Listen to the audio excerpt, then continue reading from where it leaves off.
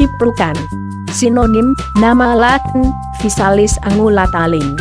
Atau Physalis minimalin, nama daerah, keceplokan, nyor-nyoran, cecenet, cecendet. Klasifikasi, bangsa, Solonales. Suku, Solanaceae. Marga, Physalis. Jenis, Physalis peruviana L. Kegunaan, dalam pengobatan alternatif herbal. Influenza, sakit tenggorok, batuk rejan, bronkitis, gondongan, pembekakan buah pelir, bisul, borok, kencing manis, sakit paru-paru, ayan, pembekakan prostat.